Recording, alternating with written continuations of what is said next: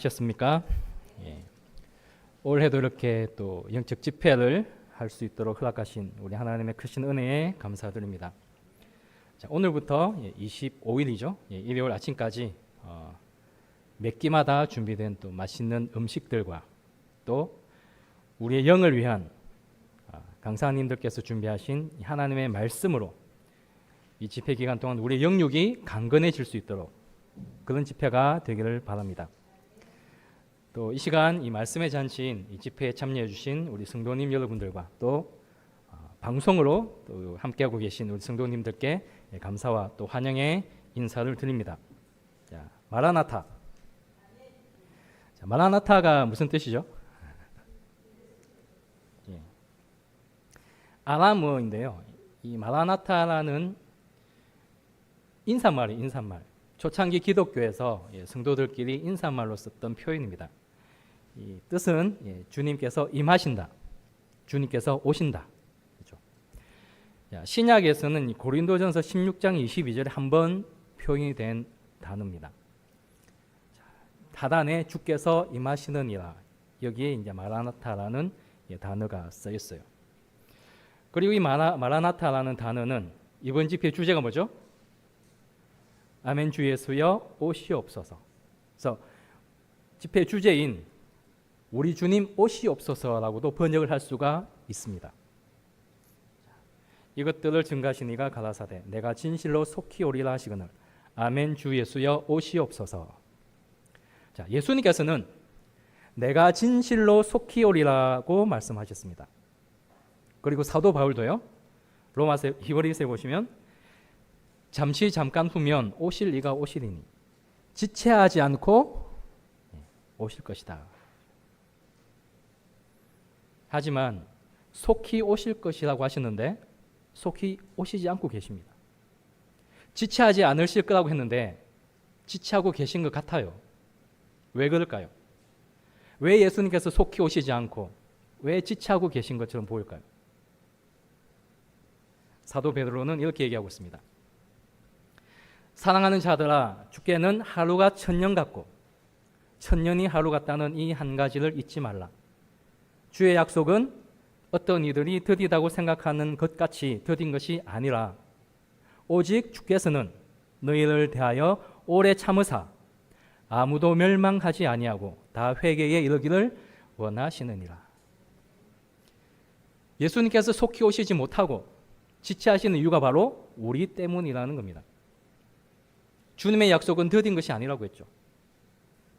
바로 우리가 아직 회개하지 않고 죄 중에 있기 때문에 우리에게 회개하여 멸망받지 않도록 하시기 위해서 오래 참고 계신 것뿐이에요. 하지만 더 이상 지체하지 않으실 거예요. 자, 여러분은 예수님께서 언제 오셨으면 좋겠습니까? 언제 오시기를 바라십니까? 지금 당장이라도 오셨으면 좋겠어요? 아니면 조금만 더 있다가 오셨으면 좋겠습니까? 지금 당장이라도 오셨으면 좋겠습니다 하시는 분 계신가요? 예. 자, 이렇기 때문에 예수님께서 속히 오시지 못하시는 거예요. 우리가 아직 예수님 맞을 준비가 되어 있지 않기 때문에 우리가 예수님의 재림을 막고 있다는 겁니다.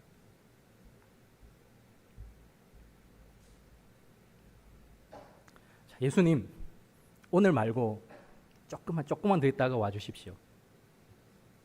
이러고 있는 중이죠 우리가. 자, 그에 반해서 사도 요한의 대답은 뭐였습니까?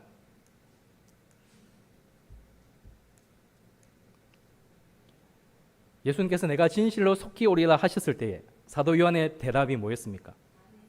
예. 아멘 주 예수여 오시옵소서였습니다. 자, 각시대 대쟁투 302페이지는요.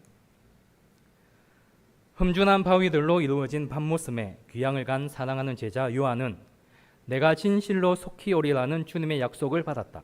그는 그 말을 듣자 주 예수여 오시옵소서라고 대답하였는데 그 말은 오랫동안 순례 생활을 해온 교회의 간절한 기도이기도 하다. 우리의 대답도 예수님 조금만 있다 오십시오가 아니고 사도 요한과 같이 아멘 주 예수여 지금 빨리 당장이라도 오십시오라고 해야 된다는 거예요.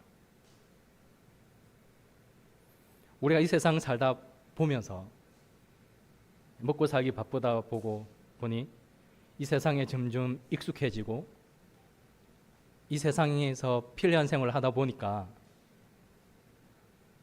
예수님 재림은 점점 더 멀어지는 거예요.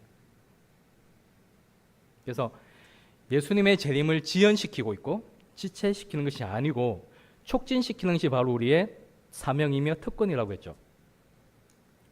사도행전 600페이지입니다. 하나님과 그분의 사업에 대한 열심이 제자들을 움직여 큰 능력을 가지고 복음을 증거하게 하였다. 그와 동일한 열성이 구속의 사람, 그리스도와 십자가에 달리신 분에 대한 이야기를 전하고자 하는 열심으로 우리 마음을 불붙게 해야 하지 않겠는가? 구주의 강림을 고대할 뿐만 아니라 촉진시키는 것이 모든 그리스도인의 특권이다. 우리가 어떻게 해야 재림을 촉진시킬 수 있다고 했습니까? 우리가 하나님의 마지막 사업에 대한 열심을 가질 때 큰 능력을 받아서 복음을 증거하게 되죠. 그것이 바로 예수님의 재림을 촉진시키는 거예요.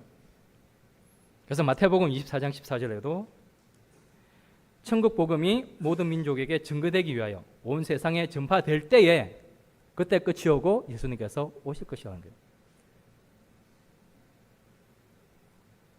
우리가 이 천국 복음을 증거하기 위해서 전파하지 않고 있기 때문에 아직 끝이 오지 않고 있다는 것입니다.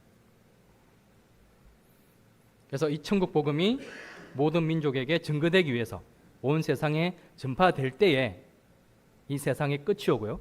그리고 예수님께서 재림하실 겁니다. 자, 예수님의 재림. 우리 그리스도인들은 하나님과 예수님을, 하나님을 믿는 우리 그리스도인들은 누구나 다 예수님의 재림에 관심을 있고 또 관심을 가져야만 하고요.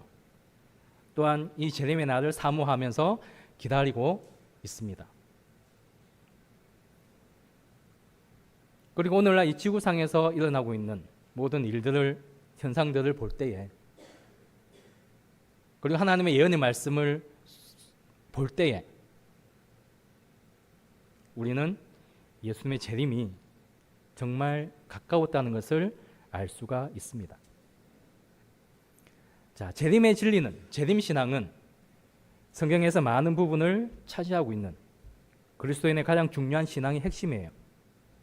예수님께서 재림하시지 않으신다면 우리의 신앙, 우리의 믿음이 무슨 소용이 있습니까? 그렇죠?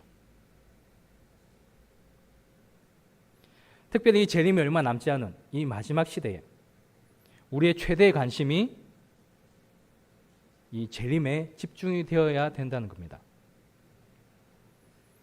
지금 이 시대는 마지막 시대라고 했습니다. 그죠? 그럼 어떻게 지금 이 마지막 시대라는 것을 알 수가 있을까요?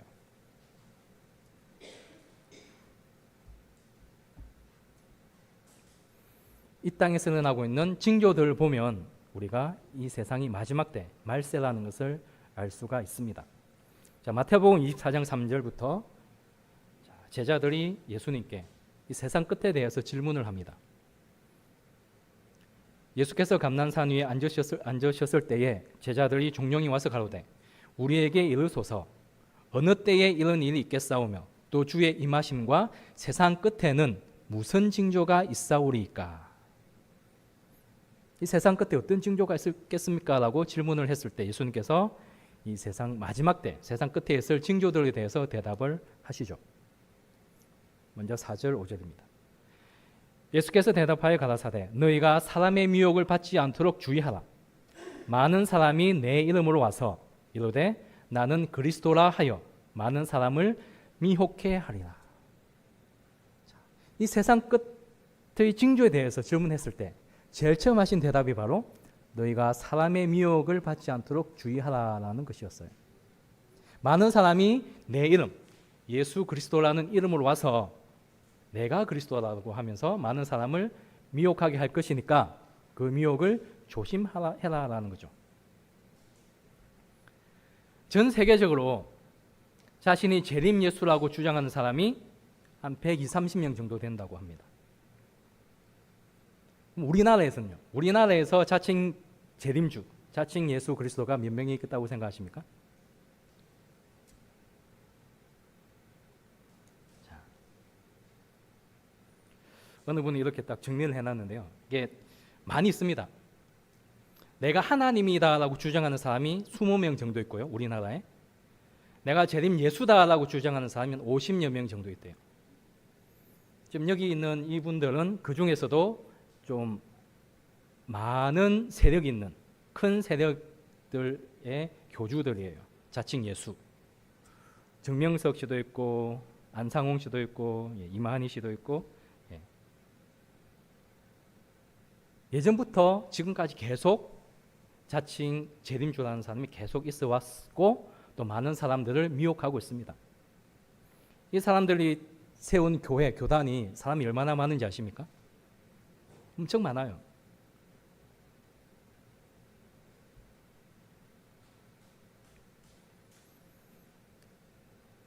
그리고 다음으로 하신 말씀은 난리와 난리 소문을 듣겠으나 너희는 삼가 두려워 말라. 이런 일이 있어야 하되 끝은 아직 아니니라. 민족이 민족을 나라가 나라를 대적하여 일어나겠고. 지금 우리가 난리와 난리 소문을 듣고 있습니까? 거의 매일마다 난리 소식을 듣고 있는 것 같아요. 정말 두려운 난리의 소식이 들려오고 있습니다. 하지만 두려워 말라라고 하셨죠. 왜요? 이런 난리 소문이 반드시 있어야 한다. 이런 일이 있어야 하지만 아직 끝은 아니다라고 하셨습니다. 민족이 민족을, 나라가 나라를 대적해서 일어납니다. 전쟁의 소문이 많이 들려와요. 근데 전쟁은 예전부터 있어 왔지만 요 근래에 우리는 정말 많은 전쟁의 소식을 듣고 있습니다. 러시아와 우크라이나 전쟁. 이 전쟁은 2022년 러시아가 우크라이나를 침공하면서 시작되었는데요. 근데 이게 갑자기 침공을 한 것이 아니고 2014년부터 시작이 되었다고 해요. 전쟁이. 2014년 러시아가 우크라이나에 있던 이 크림반도를 강제로 병합하면서 러시아와 우크라이나 사이에 분쟁이 있었는데 이때부터 러시아 침공이 몇 번이 있었습니다. 군대 간의 교전도 자주 있었고요. 그래서 이미 2022년 전에 이미 많은 군인들이 전사하고 사망을 했어요. 이 분쟁이 점점 고조되다가 2022년에 러시아가 다시 침공하면서 전면전으로 확전이 된 거죠. 이 전쟁의 사망자 수는 정확하게 확인하기는 어렵지만요. 양측에서 추정되는 사망자 수가 50만 명 정도 된다고 합니다. 민간인들 빼고요.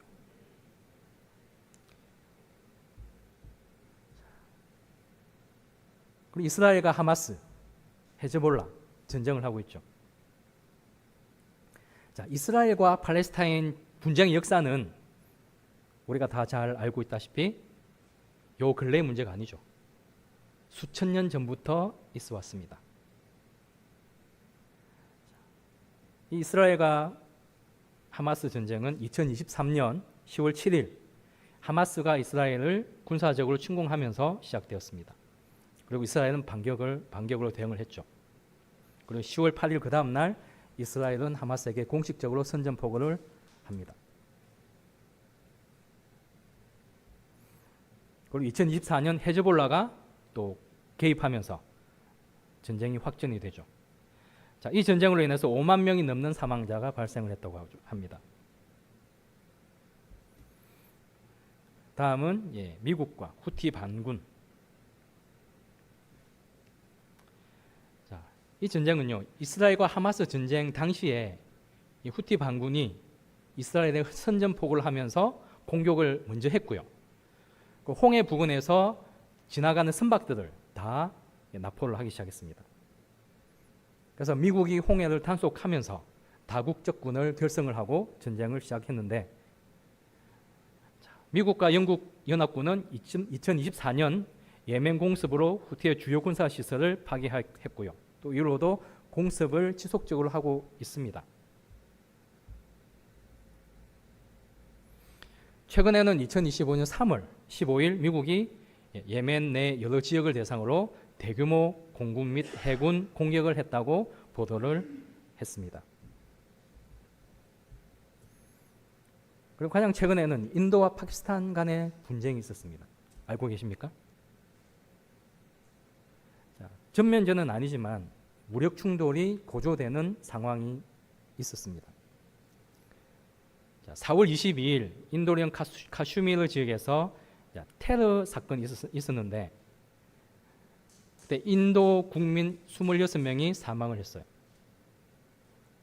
그래서 인도가 이 테러의 주범으로 의심되는 파키스탄을 공격을 하면서 양국 간에 이제 갈등이 생기기 시작했고 서로 분쟁이 시작되었습니다. 근데 문제는 이 인도와 파키스탄 두 나라가 다 핵무기 보유국이에요. 자칫 잘못했다간 핵전쟁으로 이제 커지게 되는 거죠. 세계적으로 주목이 이제 되었었는데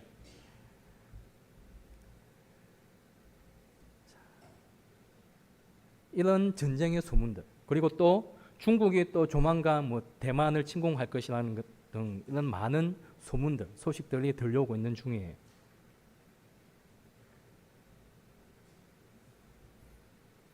이뿐만 아니고 아직까지는 우리가 알지 못하는 그런 전쟁들 또 내전들 이런 것들이 지금 많이 발생하고 있는 중입니다.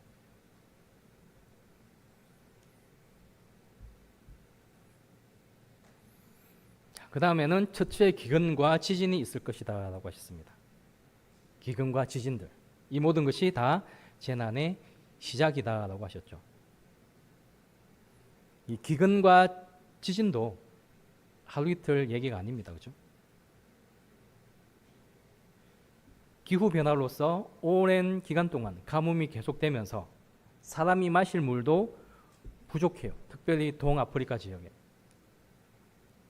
농작물과 가축은 말라 죽어가고 있습니다. 그게 내전까지 합쳐져서 동아프리카 합해서 2160만 명 이상이 굶어 죽을 위기에 처해 있다고 합니다.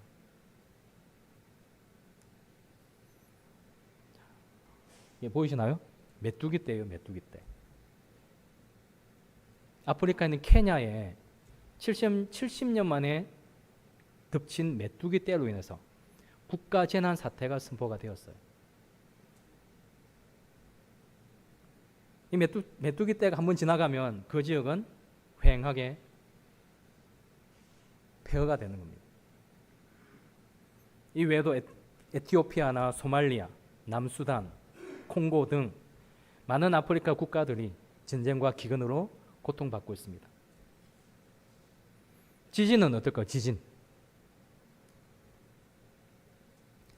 자, 다들 잘 아시는 1755년 리스본 대지진의 광경을 그린 그림이에요. 이 당시 리스본 대지진 리히터 규모가 9.0입니다. 9.0. 자, 사망자는 4만 명 이상이고요.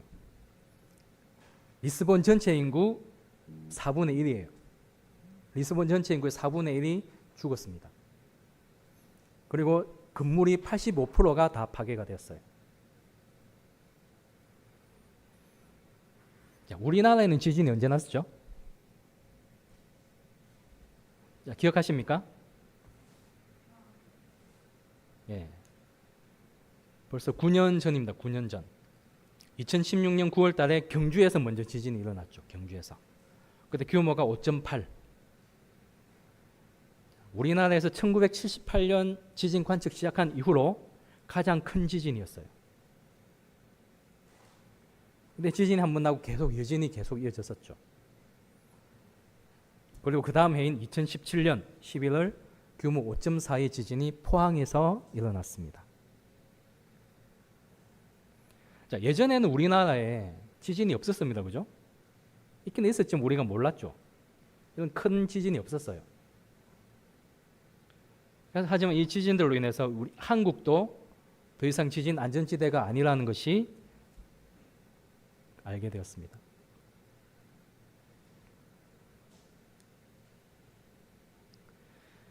자, 제일 최근에 2025년 3월 28일 오후에 미얀마의 제2의 도시였던 만달레이 인근에서 규모 7.7의 대규모 지진이 발생했습니다. 이번 지진으로 미얀마에 광범위하게 피해가 발생을 했고요. 1만 명 이상이 사망한 걸로 추정이 된다고 합니다. 미얀마 옆에 있던 태국에서도 큰 피해가 났어요. 건물이 무너지고 또 중국까지 피해를 받습니다. 이 지진으로 인해서. 근데 특히 미얀마는 지금 내전 중이에요. 내전. 그래서 구조 작업도 상당히 어려움이 있다고 합니다. 내전 때문에. 언제 어디에서 폭격이 있을지 몰라서 구조 작업에도 상당히 큰 어려움이 있었습니다. 얼마 전에 한국에 대형 산불도 난 거 아시죠? 자, 이전에 미국과 호주에 대형 산불이 나서 참 TV로 보면서 저는 산불도 나구나라고 했는데 설마 우리나라에서 있는 산불이 날까 생각도 못했죠. 자, 이 사진은 미국 항공우주국 나사에서 띄어보낸 인공위성에서 찍은 사진이에요.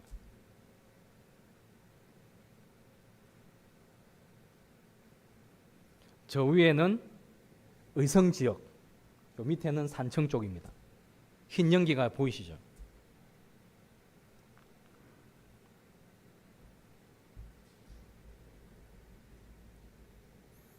우리 한국의 역사상 최대 규모의 산불이었어요. 특히 건조한 날씨에 강풍 때문에 진화 작업 어려움 많이 겪어서 많이 번졌던 그런 산불이었습니다. 그래서 동시다발적으로 전국에서 30여 건 이상 동시다발적으로 산불이 났었죠. 저도 바로 그 현장에 있었습니다. 유정교회에서. 우리 김 목사님도 계시지만 직접 경험을 하셨어요. 이 산불에 대해서. 산불의 피해 현황인데요. 경북 5개 지역에서 인명피해가 총 59명이 있었고요. 그중 사망자가 26명입니다. 밑에 산청 하동 쪽에는 인명피해가 총 14명이었는데 사망자가 4명이었고요. 옥천도 불이 났었고 무주 그리고 김해, 울주 또 가장 최근 대구에서도 불이 났다는 걸로 알고 있습니다. 자, 이 외에도 알려지지 않은 수많은 사건 사고들의 소식이 있습니다. 우리가 모를 뿐이죠. 이런 소식들을 접할 때마다 우리는 한 귀로 듣고 한 귀로 흘려보내는 것이 아니고 예수님의 재림이 정말 임박했음을 우리에게 알려주시는 하나님의 경고의 음성으로 우리가 생각하고 경각심을 가져야 돼요. 이것이 마지막 말세의 징조예요.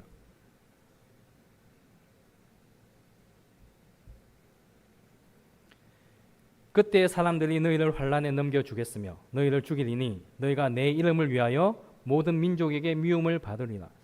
그때에 많은 사람이 시험에 빠져 서로 잡아주고 서로 미워하겠으며 거짓 선지자가 많이 일어나 많은 사람을 미혹하게 하겠으며 불법이 성함으로 많은 사람의 사랑이 식어지리라.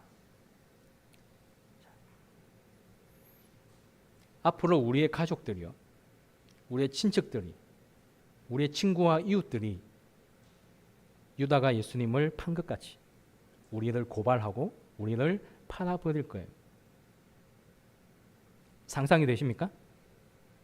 내 가족이, 내 친척이, 친했던 내 친구가 어떻게 나를 고발하고 나를 팔아버릴 수 있을까? 상상이 되십니까?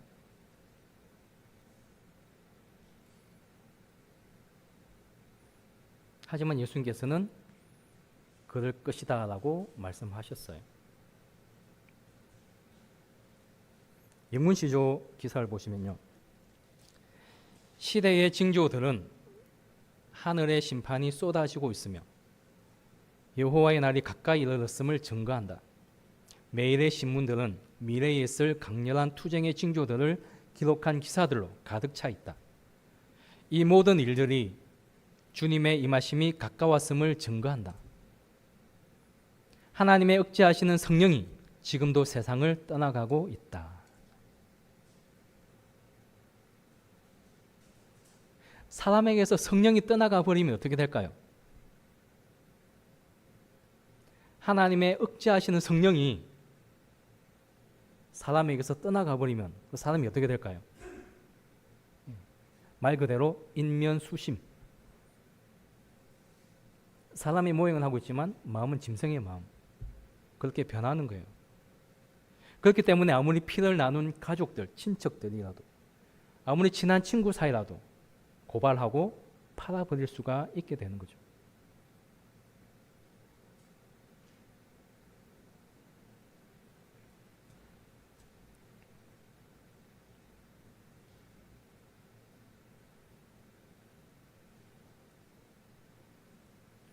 이 시대의 징조들, 이 시대의 징조들이 여호와의 날, 여호와의 큰 날, 재림의 날이 가까이 이르렀음을 증거하고 있습니다.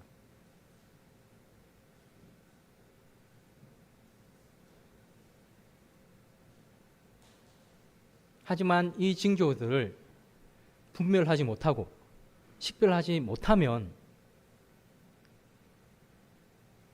그때는 예수님께서 정말 도적같이 오시는 거예요.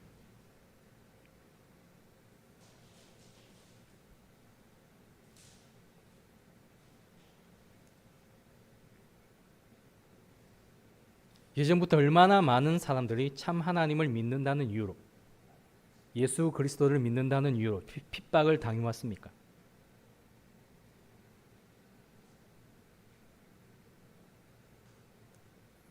얼마나 많은 사람들이 참 하나님을 믿는다는 이유로 순교를 당해왔습니까?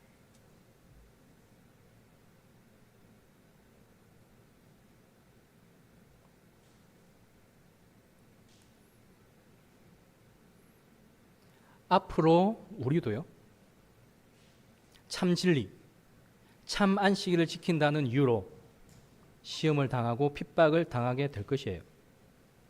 우리의 가족들이, 우리의 친척들이, 친구와 이웃들이 우리를 고발하고 팔아버릴 것입니다. 하지만 끝까지 견디는 자는 구원을 받을 것입니다. 끝까지 견디면 구원을 얻을 것이라고 했는데요. 끝까지 견뎌야 돼요. 이때까지 신앙생활 믿음 잘 해왔다가 끝이 좋지 않으면 이때가 해왔던 것이 말짱 도루묵이 되죠. 끝까지 견뎌야 됩니다. 자, 누가 끝까지 견딜까요?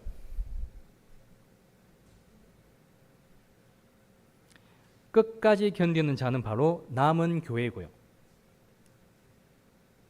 여자의 남은 자손이에요. 여자의 남은 자손, 남은 교회는 끝까지 견뎌야 합니다. 자, 그러면 누가 남은 교회고 누가 여자의 남은 자손이죠?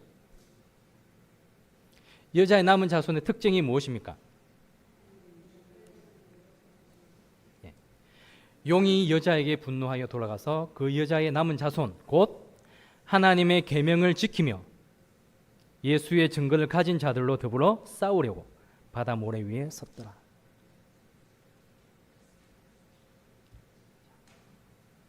여자의 남은 자손의 특징, 남은 교회의 특징이 뭐죠?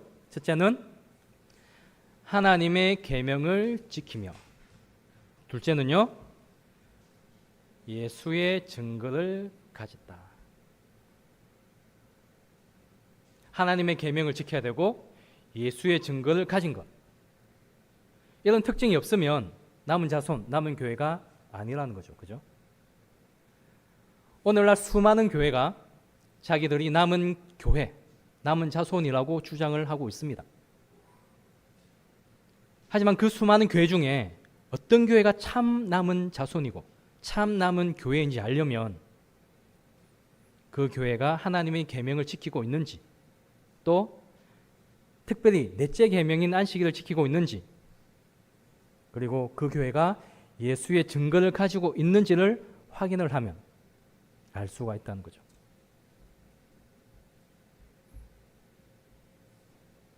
어떤 교회는 하나님의 계명을 지킨다고 주장을 합니다. 하지만 자세히 보면 그 교회는 10계명이 아니고 9계명을 주장하고 있어요. 안식일은 뺐다. 어떤 교회는 자기가 남은 교회라고 하지만 예수의 증거가 무엇인지도 모르는 교회가 많아요. 예수의 증거가 뭡니까?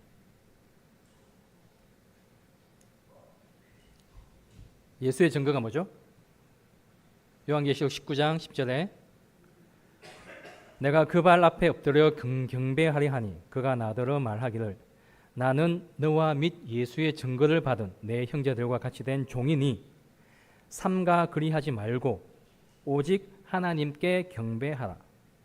예수의 증거는 뭐라고요? 대언의 영이라 하더라. 예수의 증거가 뭐라고요? 대언의 영. 영어로 하면 Spirit of Prophecy인데 예언의 신이라고도 번역을 합니다. 자, 그럼 우리 교회, 우리 제7일 재림교 개혁운동은 어떻습니까? 하나님의 계명을 지키나요? 넷째 계명 안식을 지킵니까? 예수의 증거, 대언의 영, 예언의 신을 가지고 있습니까? 가지고 있나요?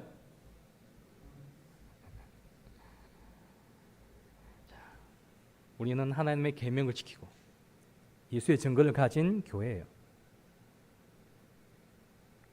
그래서 우리는 여자의 남은 자손이요, 남은 교회라고 주장을 하고 있는 겁니다. 자, 제가 앞에서 말세의 징조에 대해서 한번 말씀드렸는데 말세의 징조가 한 가지가 더 있습니다. 무엇일까요?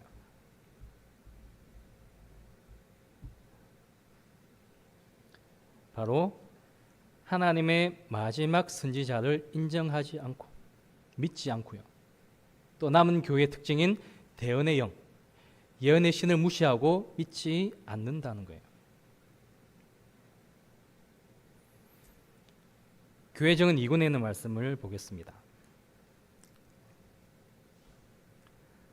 많은 사람들이 하나님의 진리로부터 돌아서서 꾸민 이야기에 집중할 때인 마지막 날의 위험에 사는 백성들은 언제나 그들 앞에 마련되어 있는 신화로부터 돌아서는 세심한 일을 하며 인기 없는 진리의 잔치에 맞들일 줄을 알아야 한다. 사단은 하나님의 계명과 예수의 증거를 지키려는 자들로 더불어 싸우고 있다. 특히 마지막 날, 마지막 때에 어떤 일이 있다고 했습니까? 많은 사람들이 하나님의 진리로부터 돌아서서 어떤 꾸민 이야기에 집중을 할 때라고 하는 거죠. 마지막 때가. 그래서 이런 위험이 있는 마지막 날에 사는 백성들은, 하나님의 백성들은 언제나 우리 앞에 마련되어 있는 어떤 신화로부터 돌아서야 되고요. 또 인기 없는 진리의 잔치에 맞들일 줄을 알아야 한다. 진리가 인기가 있다고 했습니까? 없다고 했습니까? 하나님의 참 진리는 인기가 없어요. 왜 인기가 없을까요? 진리인데. 하나님의 진리인데 왜 인기가 없을까요? 이 진리는 좁은 문이기 때문에 힘들고 고통이 따르고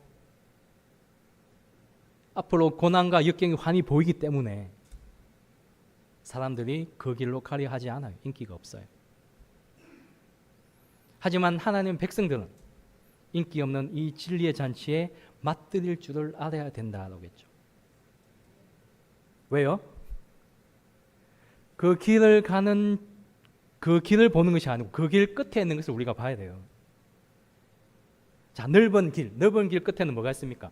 멸망이에요, 멸망. 이 좁은 길 끝에는요, 하늘과 영생이 있습니다. 그래서 우리가 그 길 자체를 보지 말고 그 길 끝에 있는 것을 봐야 돼요. 믿음의 눈으로.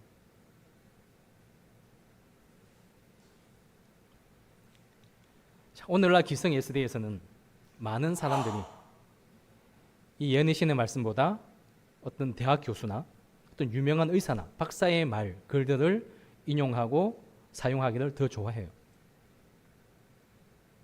하나님의 말씀보다 인간의 말들을 더 많이 좋아하고 사용하고 있다는 거예요.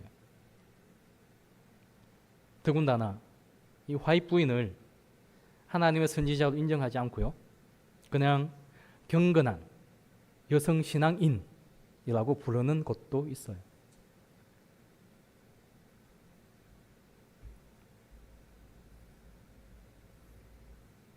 자, 이 말씀 마지막 부분에 보시면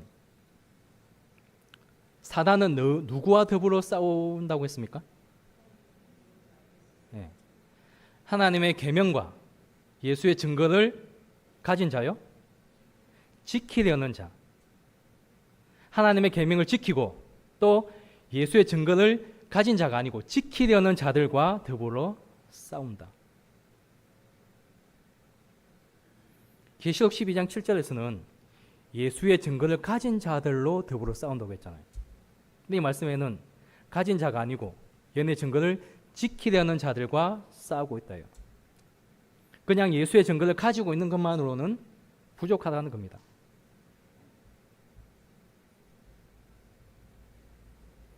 우리는 하나님의 말씀을 높여야 돼요. 하나님의 말씀을 지켜야 됩니다.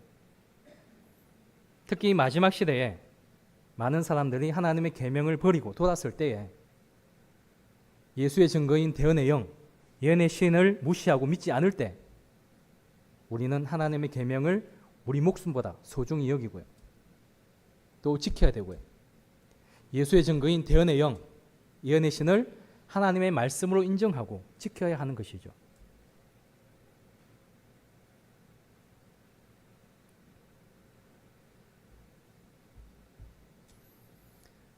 서신 1890년 12페이지입니다. 사단은 진리로부터 분리시키기 위하여 계속적으로 거짓된 것을 밀고 나가고 있다. 사단의 최후 기만은 하나님의 영의 정언을 무력하게 만드는 바로 그러한 성질의 것이 될 것이다. 사단은 하나님의 남은 백성들이 가지고 있는 참된 정언에 대한 신뢰심을 동요시키기 위하여 온갖 방법과 종류가 다른 매개물들을 통하여 교묘하게 활동할 것이다. 자, 사단의 최후 기만이 무엇이라고 했습니까? 하나님의 영의 정언, 예언의 말씀이에요. 예언의 신의 말씀. 이것을 무력하게 만드는 것이 사단의 최후 기만이다라는 거죠. 하나님의 영의 정언을 무력하게 만들기 위해서 온갖 방법과 여러 가지 매개물들을 통해서 교묘하게 활동하고 있다는 것입니다. 특히 요즘 시대는 정보의 바다라고 합니다. 정보의 바다. 왜 어떤 알고 싶은 것이 있으면 손쉽게 검색해서 알 수가 있어요. 정보를. 너무 많은 양의 정보들이 돌아다니고 있습니다. 하지만 그 많은 양의 정보들 중에 거짓 정보, 가짜도 섞여 있다는 거예요. 이 거짓 뉴스, 거짓 정보, 가짜 정보들이 너무나 많습니다. 이런 거짓 정보들을 통해서 또 사단이 활동하고 있어요. 그래서 우리가 어떤 인터넷상에서 어떤 매체들을 접할 때 정말 주의하고 조심해야 되는 이유예요.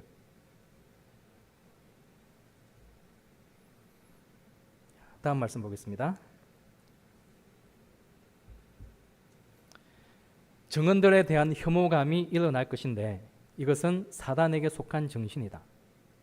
정언들에 대한 교회의 신앙을 동요시키는 것이 사단의 책략이 될 것인데 그 이유는 이렇다. 만일 하나님의 영께서 주시는 경고와 견책과 권고들을 귀담아 듣는다면 사단은 자기의 기만수를 펼 수 있는 길을 마련할 수 없으며 자기의 기만 속에 영혼들을 묶어둘 수 없기 때문이다. 자, 하나님의 정언들에 대한 혐오감 그리고 정언들에 대한 교회 신앙을 동요시키는 것이 사단의 책략이라고 했습니다. 예수의 증거, 대언의 영, 예언의 신, 정언의 말씀들을 공격하는 것이 바로 이 마지막 시대의 사단의 두드러진 기만이고 공격이고 책략이에요. 이런 사단의 공격에 대비하기 위해서 우리는 하나님과 그 선지자를 신뢰해야 합니다.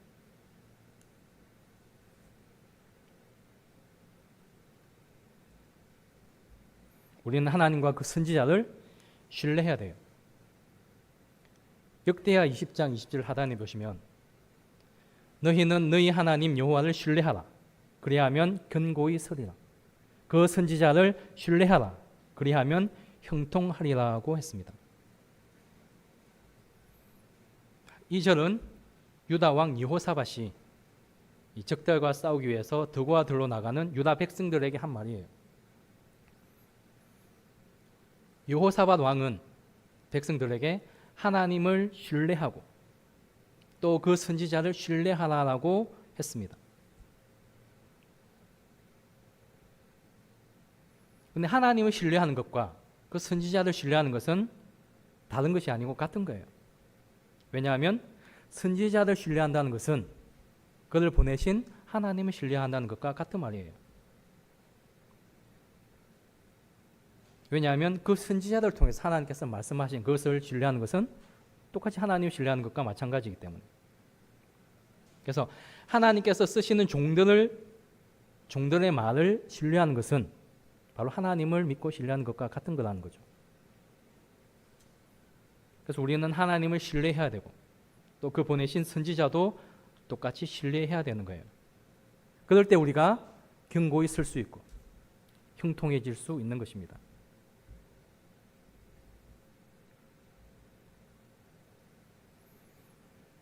사랑하는 성도님 여러분, 예수님의 재림은 우리가 처음 믿었을 때보다 더욱 가까워졌습니다. 맞습니까? 주님의 재림은 우리가 처음 믿을 때보다 더욱 가까워졌다. 선악의 대쟁투는 그 마지막 종국에 다 다루고 있다. 바다와 육지에서 일어나는 모든 재난에 대한 보고는 만물의 마지막에 가까웠다는 사실을 증거하고 있다. 전쟁과 전쟁에 대한 소문들 또 그 사실을 선포하고 있다. 우리 앞에 전개될 큰 사건들을 기대하고 있는 그리스도인으로서 그의 맥박이 빨리 뛰고 있지 않은 자가 있는가? 우리의 맥박은 어떻습니까? 빨리 뛰고 있습니까? 자, 앞으로 어떤 큰 사건들이 우리를 기다리고 있습니까? 어떤 큰 사건들이 우리 앞에 있나요? 늦은 비의 큰 외침과 일요일 법령과 7장을 포함한 많은 환란들과 또 사단의 직접적인 이적을 통한 미혹들, 그리고 궁극적으로는 예수님의 재림, 이런 큰 사건들이 우리 앞에 펼쳐지려고 하고 있어요. 이런 일들을 생각할 때에 그리스도인으로서 여러분의 맥박은 빨리 뛰고 있나요?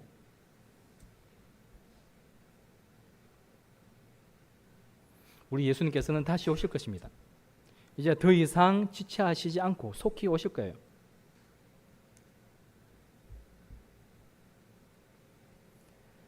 주님께서는 오신다. 그대의 머리를 들고 기뻐하라. 우리는 기쁜 소식을 들은 자들이 예수님을 사랑하노라고 주장하며 말할 수 없는 기쁨과 충만한 영광으로 가득 차게 될 것에 대하여 생각해야 할 것이다. 이 기별이야말로 복되고 즐거운 소식이며 모든 영혼을 감동시켜야 하고 우리 가정에서 거듭 반복하여 전해야 하며 우리가 길에서 만나는 사람들에게도 말해 주어야 할 소식이다. 우리는 주님께서 다시 오심을 기뻐해야 합니다. 주님께서 속히 오실 것이라는 말씀에 사도 요한의 대답처럼 기쁨으로 아멘 주 예수의 오시옵소서라고 대답해야 됩니다. 더 이상 예수님의 재림을 우리가 지연시켜서는 안 돼요.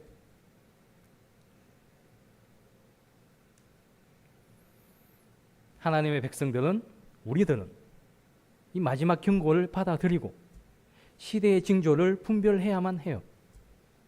지금 이 역사의 어느 부분인지 우리가 확실히 알고 있어야 됩니다. 그리스도의 재림의 징조는 의심할 여지가 없이 명백해요. 진리를 믿노라 공언하는 자들은 이 일에 대하여 살아있는 전도자가 되어야 합니다. 다 같이 그 전도자가 되시지 않겠습니까? 이 주교의 역사는 마지막을 향해 달려가고 있습니다. 선악간의 대쟁투는 바야흐로 끝나려고 하고 있어요. 재림의 날, 여호와의 큰 날이 가깝고도 심히 가까웠습니다. 우리 예수님께서 재림하실 때 기쁨으로 맞이하시기 위해서 이 마지막 자비의 은혜의 기간이 끝나기 전에 우리 하나님 만나기를 예비하시면서 정말 예수님의 재림을 더 이상 지연시키지 말고 오히려 더욱 빨리 오시도록 촉진시키시는 그런 특권들을 다 누리게 되시길 바라면서 이 시간 말씀을 마치겠습니다.